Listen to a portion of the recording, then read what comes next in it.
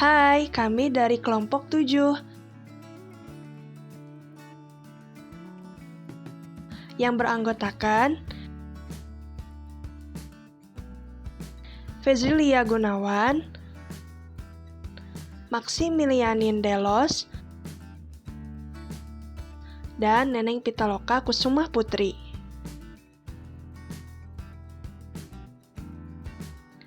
Kami akan membahas tentang pengembangan media pembelajaran.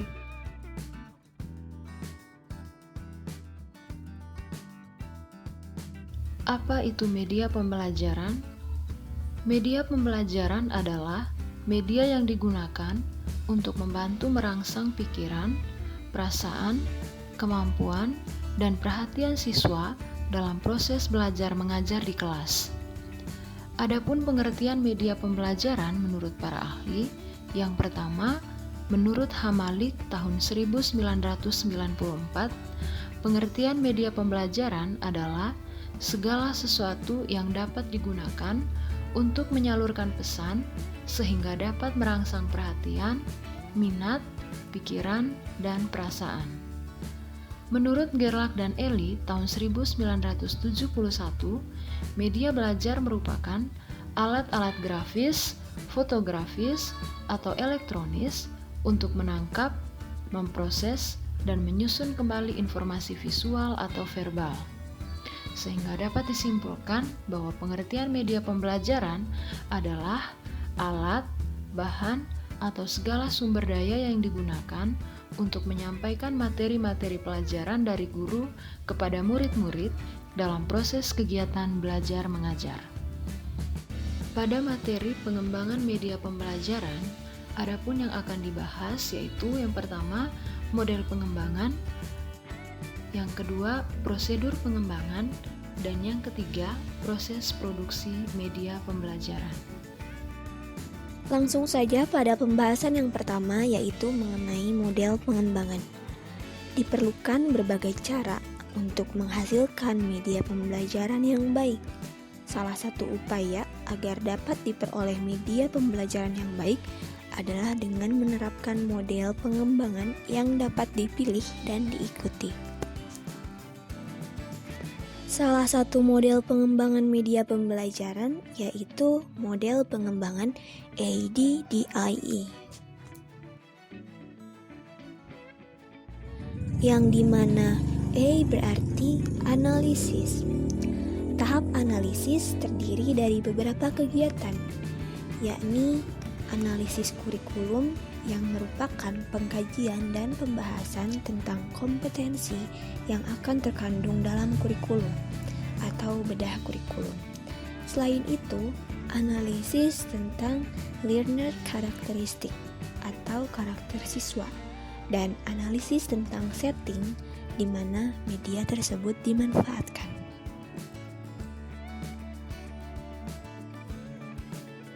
Selanjutnya, D yang berarti desain atau perancangan. Tahap perancangan terdiri dari kegiatan penyusunan kerangka struktur isi program dan penyusunan garis-garis besar isi program media atau GBIPM. Selanjutnya, D atau development atau produksi. Tahap produksi terdiri dari kegiatan pembuatan animasi, penyusunan teks, dan sebagainya. Dilanjutkan dengan proses pemrograman dengan authoring tools, pengemasan atau formatting, dan pengkajian. Yang keempat ada implementation, yang berarti tahap implementasi terdiri dari kegiatan uji coba pemanfaatan dan penyempurnaan atau revisi serta pengadaan. Tahap yang terakhir yaitu evaluation atau evaluasi. Tahap evaluasi yaitu kegiatan penilaian. Dari berbagai model pengembangan media pembelajaran yang ada, model yang paling umum digunakan adalah model pengembangan ADDIE karena prosedurnya yang lengkap dan sederhana. Prosedur pengembangan. Prosedur pengembangan media pembelajaran antara lain, yang pertama, analisis kebutuhan dan karakteristik siswa.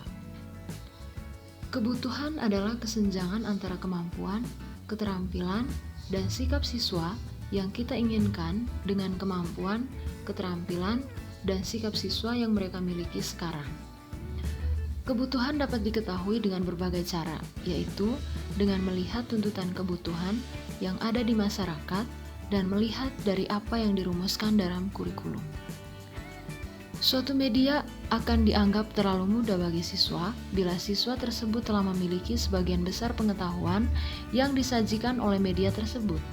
Sebaliknya, media akan dipandang terlalu sulit bagi siswa bila siswa belum mengetahui pengetahuan yang diperlukan sebelum menggunakan media tersebut.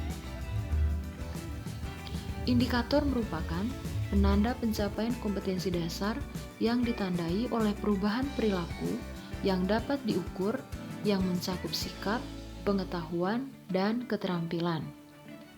Dalam mengembangkan indikator, perlu mengembangkan beberapa hal, yaitu yang pertama, tuntutan kompetensi yang dapat dilihat melalui kata kerja yang digunakan dalam kompetensi dasar. 2. Karakteristik mata pelajaran, peserta didik, dan sekolah. 3. Potensi dan kebutuhan peserta didik, masyarakat, dan lingkungan.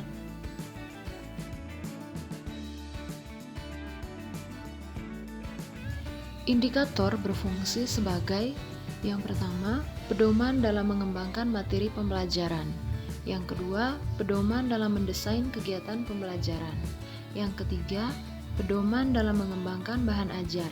Dan yang keempat, pedoman dalam merancang dan melaksanakan penilaian hasil belajar. Adapun langkah-langkah mekanisme pengembangan indikator, yaitu yang pertama, menganalisis tingkat kompetensi dalam standar kompetensi dasar. Yang kedua, menganalisis karakteristik mata pelajaran, peserta didik, dan sekolah. Dan yang ketiga, menganalisis kebutuhan dan potensi.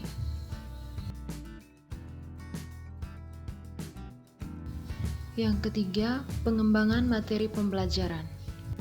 Materi pembelajaran hendaknya materi yang benar-benar menunjang tercapainya standar kompetensi dan kompetensi dasar, serta tercapainya indikator.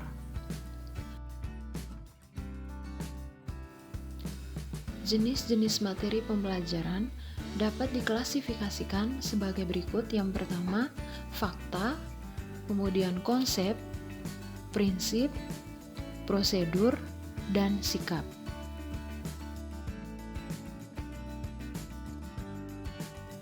Yang keempat, perumusan alat pengukur keberhasilan.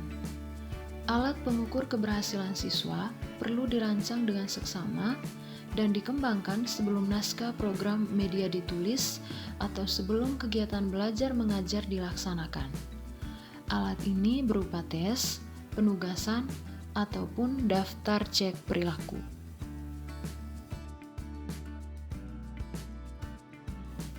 Yang kelima, penulisan naskah. Naskah menjadi penuntun kita dalam membuat bahan presentasi untuk media visual atau merekam suara untuk media audio dan mengambil gambar, serta merekam suara untuk media audio visual. Adapun beberapa petunjuk yang perlu kita ikuti bila kita menulis naskah program media audio. Yang pertama, ada bahasa, kemudian yang kedua, musik dalam program audio, yang ketiga, keterbatasan daya konsentrasi, dan yang keempat, beberapa istilah yang dapat digunakan dalam naskah.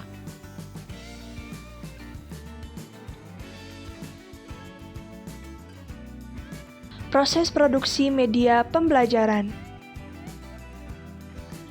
Ada 3 tahapan proses produksi media pembelajaran, yaitu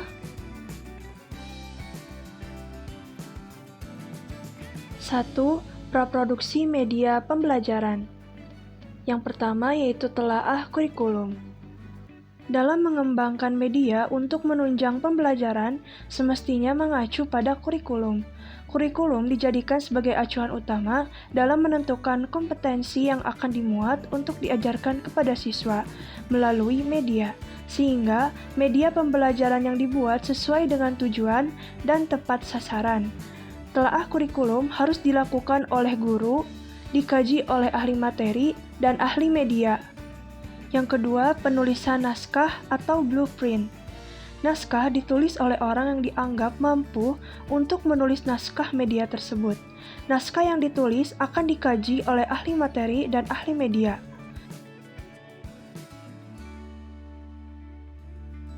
Yang kedua, yaitu tahap produksi. Produksi media pembelajaran ini diawali dengan diterimanya naskah oleh tim produksi. Setelah itu dilakukan langkah-langkah produksi, yaitu pembentukan tim produksi, rembuk naskah, pemilihan pemain, latihan kering, rekaman, dan yang terakhir, editing dan mixing. Sedangkan pada media visual atau komputer, terdapat pemilihan bahan dan alat pembuat media, atau pemilihan program atau software pembuat media. Yang ketiga, tahap pasca produksi. Yang pertama, preview, yaitu preview adalah kegiatan evaluasi terhadap hasil produksi. Yang kedua, pembuatan master atau mastering. Menyimpan atau merekam hasil produksi media pembelajaran ini dalam kaset, CD, atau media penyimpanan lainnya. Sekian pemaparan materi dari kelompok kami. Terima kasih. Apabila ada yang ingin ditambahkan dan ditanyakan, silahkan ya.